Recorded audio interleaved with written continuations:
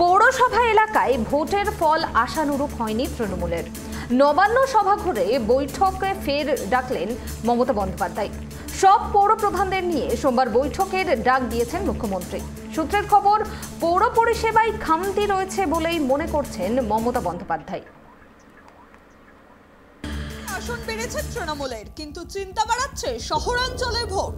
সদ্য সমাপ্ত লোকসভা নির্বাচনে রাজ্যের 121টি পুরসভার মধ্যে 69টিতে এগিয়ে রয়েছে বিজেপি, 2টিতে এগিয়ে রয়েছে কংগ্রেস।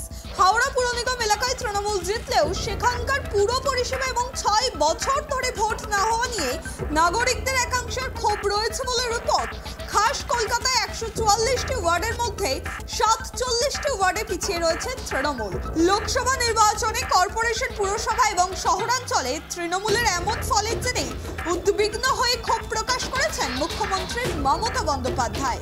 জেলা ভিত্তিক ও বিভাগীয় প্রশাসনিক রিপোর্ট পেয়ে তিনি এতটাই ক্ষুব্ধ যে আগামী সোমবারই রাজ্যের 121টি পুরসভার পুর প্রধান ও প্রশাসকদের নিয়ে নবান্নে জরুরি বৈঠক ডেকেছেন মুখ্যমন্ত্রী। 24শে জুনের বৈঠকে থাকবেন পুরমন্ত্রী ফিরহাদ হাকিম এবং পুর ও নগর উন্নয়ন দফতরের সচিবরা। জানা যাচ্ছে, সোমবারের এই বৈঠকে ডাক পায়নি তাহিরপুর ও ঝালদা পুরসভা। নবান্ন কর্তাদের একাংশের মতে পুর অফিসারদের সঙ্গে পুলিশের একাংশের যোগসাজশের দুর্নীতির অভিযোগ উঠছে। সে কারণেই অসন্তোষ তৈরি হতে পারে বলেই আশঙ্কা। সূত্রের খবর, একাধিক বিষয় নিয়ে আলোচনার জন্য সোমবার ফের বৈঠক ডেকেছেন মুখ্যমন্ত্রী মমতা বন্দ্যোপাধ্যায়। পুরো ব্যবস্থায় একাধিক পরিবর্তন আনতে পারেন মুখ্যমন্ত্রী। সূত্রের খবর, প্রথমে এই নিয়ে ঘনিষ্ঠ মহলে ক্ষোভ প্রকাশ করেছিলেন দলের second in command Abhishek Bandyopadhyay. আর এবার সরব খোদ তৃণমূল সুপ্রিমো তথা মুখ্যমন্ত্রী।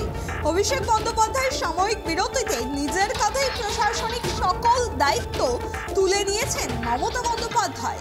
Bureau report, tribe TV Bangla.